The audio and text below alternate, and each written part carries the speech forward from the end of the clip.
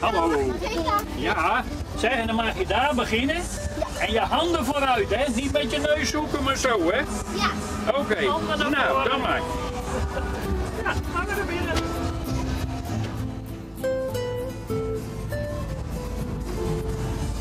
Maar we veranderen de route elke keer weer hoor. Het is elke keer weer een andere route.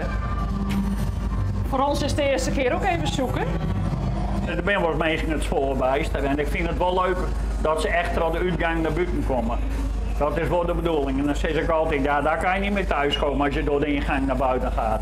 Of ik zeg van, dat kost 4 euro extra. Nou, die heb ik er wel voor over hoor, dat ik er weer uit ben. Maar nee, we proberen het altijd wat gezellig te houden.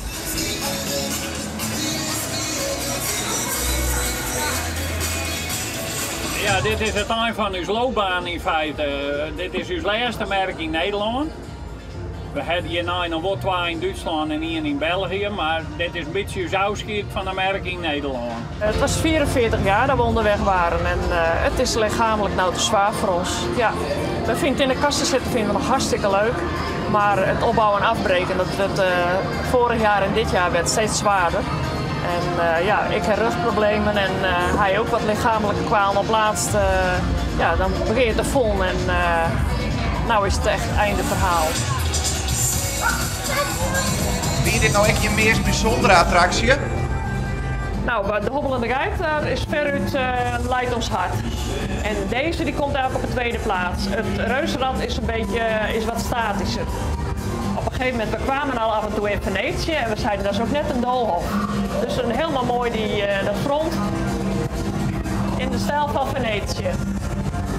Ik kom uit een merkenfamilie. Ik ben in een familie 6e generatie merkenman. Dus dat zit heel diep in de game. En mijn huis op een merken en mijn opa enzovoort. Ik zou het net doen. Ik heb hier wat geleerd en ik heb geprobeerd op kantoor. En ja, dat bevoel net.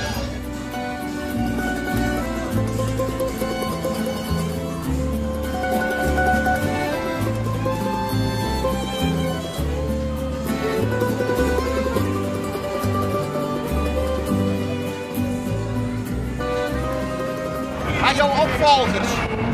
Nou, we hebben wat waar ben, maar zij gaan net in uw vak verder.